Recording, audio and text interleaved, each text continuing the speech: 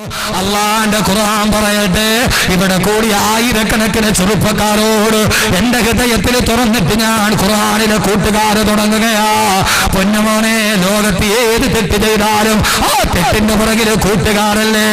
രാവിലെ പത്രം എടുത്തു നോക്കിയാൽ പെൺവാണിഭം നടത്തുന്നത് ഒരാളല്ലല്ലോ, ബാങ്ക് കവർച്ച നടത്തുന്നത് ഒരാളല്ലല്ലോ, വഴിയിലൂടെ കടന്നു പോകുന്നവനെ പിടിച്ചിട്ട് കഴുത്തറത്തിട്ട് മാലക വരുന്നത് ഒരാളല്ലല്ലോ, ജയിലിൽ വെച്ച് കൂട്ടുകൂടിയ കൂട്ടുകാർ, അതല്ലെങ്കിൽ റോഡിൽ മനസ്സൈഡിൽ വന്ന് നിൽക്കുന്ന, ബസ് സ്റ്റാൻഡിൽ വന്ന് നിൽക്കുന്ന പെണ്ണിനെ കാണുമ്പോ മൊബൈൽ ഫോണിൽ ഒരു ഇര വന്നിട്ടുണ്ടെന്ന് പറഞ്ഞ് കൂട്ടുകൂടി കൂട്ടുകാരല്ലയോ.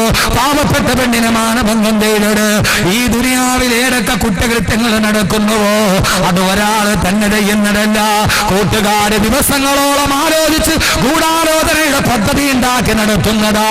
എല്ലാ തിന്മയുടെ മുകളിൽ കൂട്ടുകാരുണ്ടെങ്കിൽ മദ്യപിക്കാനും പലിശ മേടിക്കാനും പട്ടച്ചാരായം കുടിക്കാനും നിന്റെ കൂടെ നിന്റെ കൂട്ടുകാരുണ്ടെങ്കിൽ ഞാൻ വല്ലാതെ അതിശയിച്ചു പോയി. സഹോദരങ്ങളെ, പൗവല് വയലും കഴിഞ്ഞിട്ടാണ് ഞാൻ വരുന്നത്.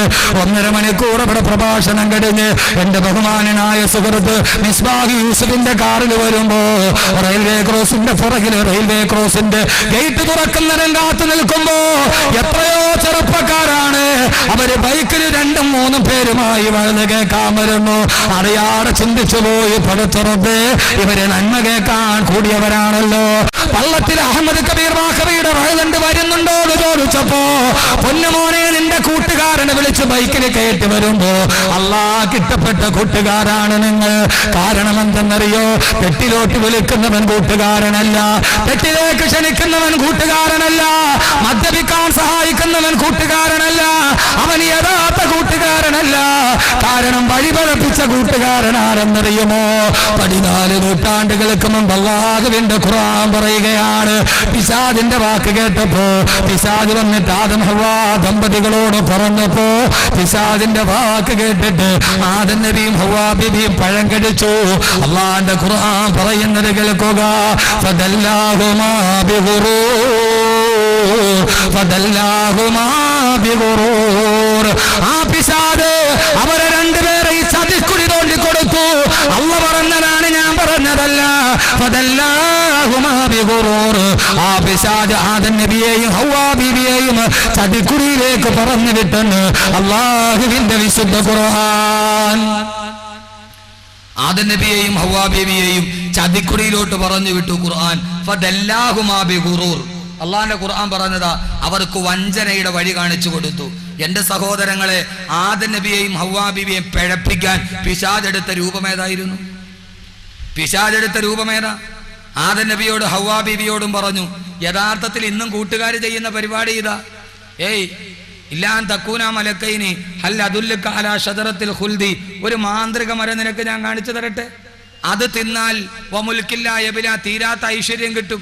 ഇന്നും കൂട്ടുകാര് പറയുന്ന ഇതാ, ഒന്നും അറിയാത്ത അവന്റെ അടുക്കൽ വന്നിട്ട് പറയും, ഒരു മാന്ത്രിക വസ്തു നിനക്ക് ഞാൻ തരട്ടെ, അത് നിന്റെ ചുണ്ടിന്റെ അടിയിൽ വെച്ചാ നീ ദുനിയാവിലെ സ്വർഗം നേരിട്ട് കാണും.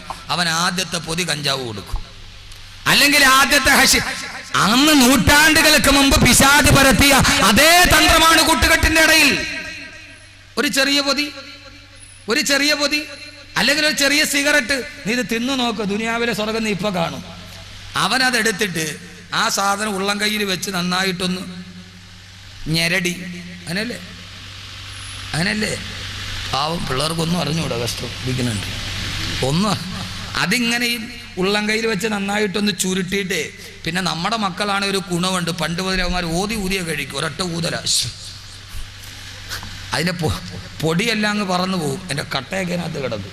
അതിങ്ങനെ ചുരുട്ടി എടുത്ത് അതിൻ്റെ ആദാബും ഷർത്തും ഫർളും അനുസരിച്ച് ഈ ചുണ്ടിൻ്റെ ഇടയിലോട്ട് തിരികെ വെച്ചാൽ പിന്നെ മൂപ്പിലാൻ ദുനിയാവിലെ സ്വർഗത്തിലാ. ആരാ തന്നത്? കൂട്ടുകാരൻ. അല്ലാതെ ആകാശത്തിൽ നിന്ന് മഞ്ഞ സൽവ ഇറങ്ങിയത് മാറി ഇറങ്ങിയതല്ലല്ലോ.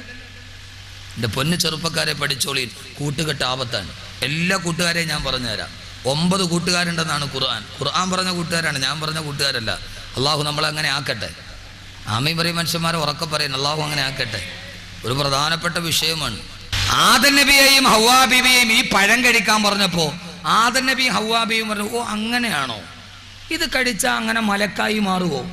ശങ്കിച്ച് നിന്നപ്പോ പിശാച് എന്ത് ചെയ്തു? കൂട്ടുകാരൻ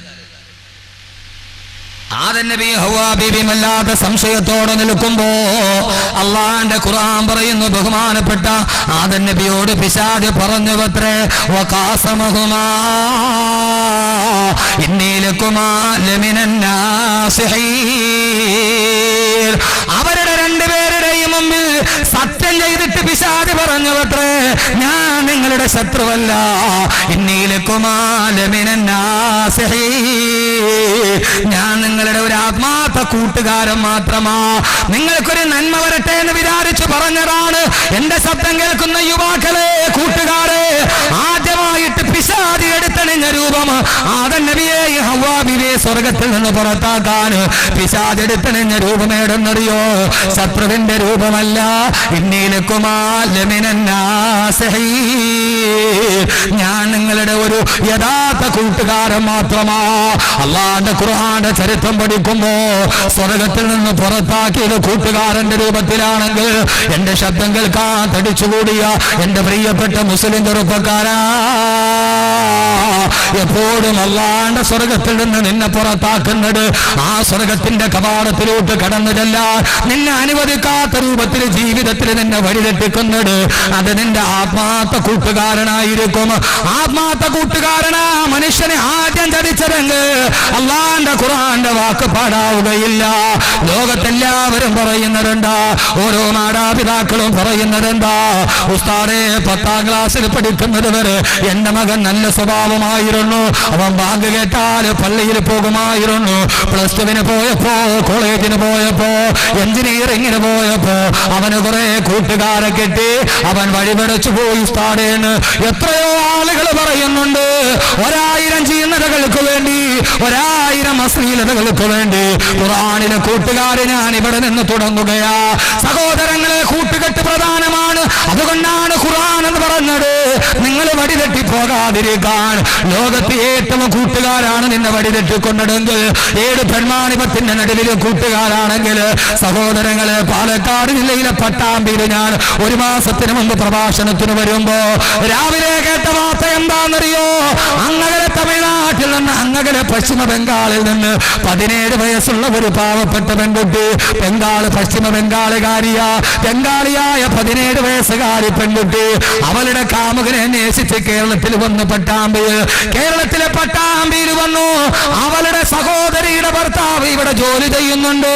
എന്ത് ജോലി എന്നറിയോ? സമ്പന്ന വർഗത്തിന്റെ വസ്ത്രം ഇസ്തിരിയിട്ട് കൊടുക്കുന്ന ജോലി.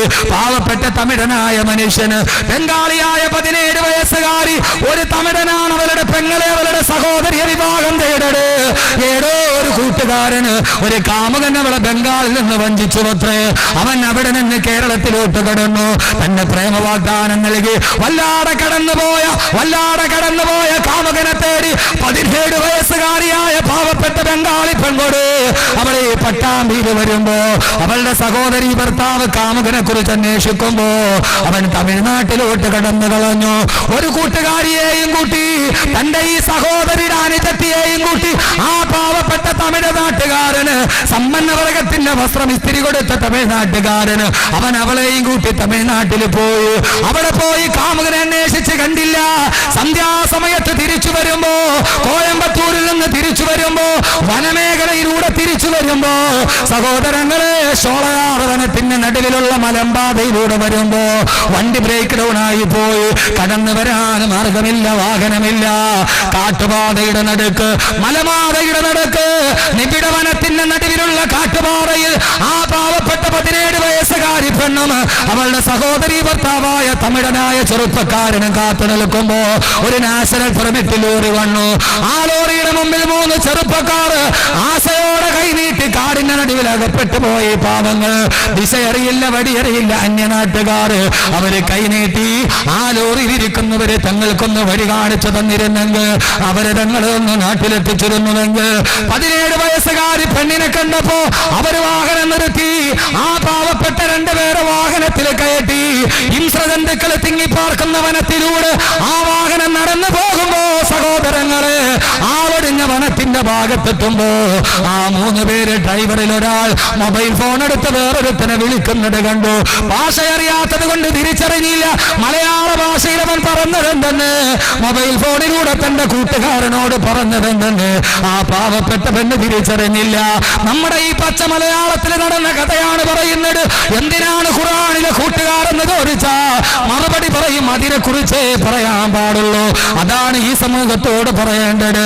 സഹോദരങ്ങളെ, നിബിഡവനത്തിലെത്തിയപ്പോ, ആളുകൾ പാർക്കാത്ത നിബിഡവനത്തിലെത്തിയപ്പോ ആ പാവപ്പെട്ട തമിഴ്നാട്ടുകാരന് 2 കൈയും 2 കാലും കെട്ടി അവനെ ലോറിയുടെ ക്യാബിനിൽ ഇട്ടിട്ട് താക്കോല് കൊണ്ടുപോയിട്ട് 17 വയസ്സുള്ള ബംഗാളി പെൺകൊടിയെ 3 പേരും താങ്ങിയെടുത്തു കൊണ്ടുപോയി. ആരും കാണാത്ത വനത്തിന്റെ നടുവ്, കാരണച്ചോലയുടെ നടുവ് ആ 3 പേർ ഈ പാവപ്പെട്ട പെൺകുട്ടിയെ മാനഭംഗപ്പെടുത്തി മലത്തിക്കിടത്തി മാനഭംഗം ചെയ്യുമ്പോ ഓരോരുത്തരായി അർത്ഥമറിയാത്ത ഭാഷയിൽ പാവപ്പെട്ട നിഷ്കളങ്ക 17 നിലവിളിക്കുമ്പോ ഓരോരുത്തരായി അവളെ കടിച്ചു മുറിച്ചിട്ട് ആ പാവപ്പെട്ട പെണ്ണിന്റെ മാനം ചിന്തുമ്പോ, ആ പാവപ്പെട്ട പെണ്ണിന്റെ വസ്ത്രമൂരി മാറുമ്പോ കാട്ടില് താമസിക്കുന്ന കാട്ടാന പോലും കരഞ്ഞിട്ടുണ്ടാവില്ലേ, കുറുക്കം പോലും കരഞ്ഞിട്ടുണ്ടാവില്ലേ, ഷോളയാറ് വനത്തിലെ കുറുനരി പോലും കരഞ്ഞിട്ടുണ്ടാവില്ലേ. കുറുനരികൾ ഇങ്ങനെ അക്രമം കാണിക്കാറില്ല, കാട്ടാന ഇങ്ങനെ പിടിയാണ് ഇങ്ങനെ മാനം കെടുത്താറില്ല, കാട്ടുപുലിയും ചെമ്പുലിയും ഇങ്ങനെ മട്ടരുത്തന്റെ പച്ചമാംസം കത്തിപ്പിടിക്കാറില്ല. സഹോദരങ്ങളെ 3 പേര് മാറി ആ 17 വയസ്സുകാരിയെ മാനഭംഗപ്പെടുത്തി അവളുടെ ഉടുതുണി വലിച്ചെറിഞ്ഞു. അവസാനം ആ പെണ്ണ് എഴുന്നേറ്റോടുമ്പോ വനാന്തരത്തിലൂടെ ഒരാശ്രയം തേടി ഓടുമ്പോ അങ്ങകലെ നിന്നൊരു ബൈക്കിന്റെ വെളിച്ചം കണ്ടു. ഏതെങ്കിലും ഒരു സഹായിയാണെന്ന് കരുതി എന്നെ രക്ഷിക്കണേ എന്ന് പറഞ്ഞു ഓടിച്ചെന്ന ആ പെണ്ണിന്റെ മുമ്പിൽ ബൈക്ക് നിന്നു. ഒരു സിനിമയുടെ കഥയല്ല ഞാൻ പറയുന്നത്, ഒരു റൊമാൻറ്റിക് ഭാവനയല്ല പറയുന്നത്. ആ ബൈക്കിൽ വന്നവൻ രക്ഷകനാകുമെന്ന് കരുതിയപ്പോ ആ ബൈക്കിൽ വന്നതാരെന്നറിയുമോ? ഇരയെ കെട്ടിയപ്പോൾ ലോറി ഡ്രൈവർ ഫോണിൽ വിളിച്ചു വരുത്തിയ കൂട്ടുകാരൻ. എനിക്കൊരുത്തിയെ കെട്ടിയിട്ടുണ്ട്, പങ്കുവെക്കാൻ വരാൻ പറഞ്ഞപ്പോ നാട്ടിലിരുന്ന കാട്ടുമൃഗം, അവന്റെ പേര് സുധീർ എന്നാണ്, അവനാണ് വന്നത് ഇരയെ പങ്കുവെക്കാൻ. അവനും പിടിച്ചു നിർത്തി സഹായിയാകുമെന്ന് കരുതി നിലവിളിച്ചവൻ പിടിച്ചു കെട്ടിയവളെ മാനം ചെയ്യുമ്പോ ഉടുതുണി വലിച്ചെറിഞ്ഞു പെണ്ണിനെ പരിപൂർണ വസ്ത്രയായി 4 പേര് പിച്ചു ചിന്തിയ പെണ്ണ് നാട്ടിലൂടെ ഭ്രാന്ത് പോലെ ഓടുമ്പോ നിലവിൽ കേട്ട ഏതോ അയൽവക്കക്കാരാണ് ഓടി ചെല്ലുമ്പോൾ നൂൽബന്ധമില്ലാതെ കടിച്ചു പറിച്ച ചുണ്ടുകളുമായി ശരീരവുമായി പൊട്ടിക്കരയുന്ന പെണ്ണ് ആരോ മറയ്ക്കാൻ വസ്ത്രം കൊടുത്തു. എന്റെ പൊന്നു സഹോദരങ്ങളെ, ബംഗാളിയായ 17 വയസ്സുള്ള പെണ്ണിനെ കാണണോ? കാസർഗോഡുകാരെ കാണണോ? പട്ടാമ്പിക ഗവൺമെന്റ് ഹോസ്പിറ്റലില് മാനസിക നില തകരാറിലായി ഭ്രാന്തിയെ പോലെ ആ 17 വയസ്സുകാരി. ആരാണ് ചെയ്തത്? ഒരു പെണ്ണിനെ കിട്ടിയപ്പോ വരാൻ പറഞ്ഞ് മൊബൈൽ ഫോണിൽ കൂട്ടുകാരനെ വിളിച്ചു. ആ കൂട്ടുകാരൻ പങ്കുവെച്ചപ്പോ സഹോദരങ്ങളെ കൂട്ടുകെട്ടാണ് തകർത്തത്. എല്ലാ തിന്മയുടെ മകളിലും കൂട്ടുകെട്ട്.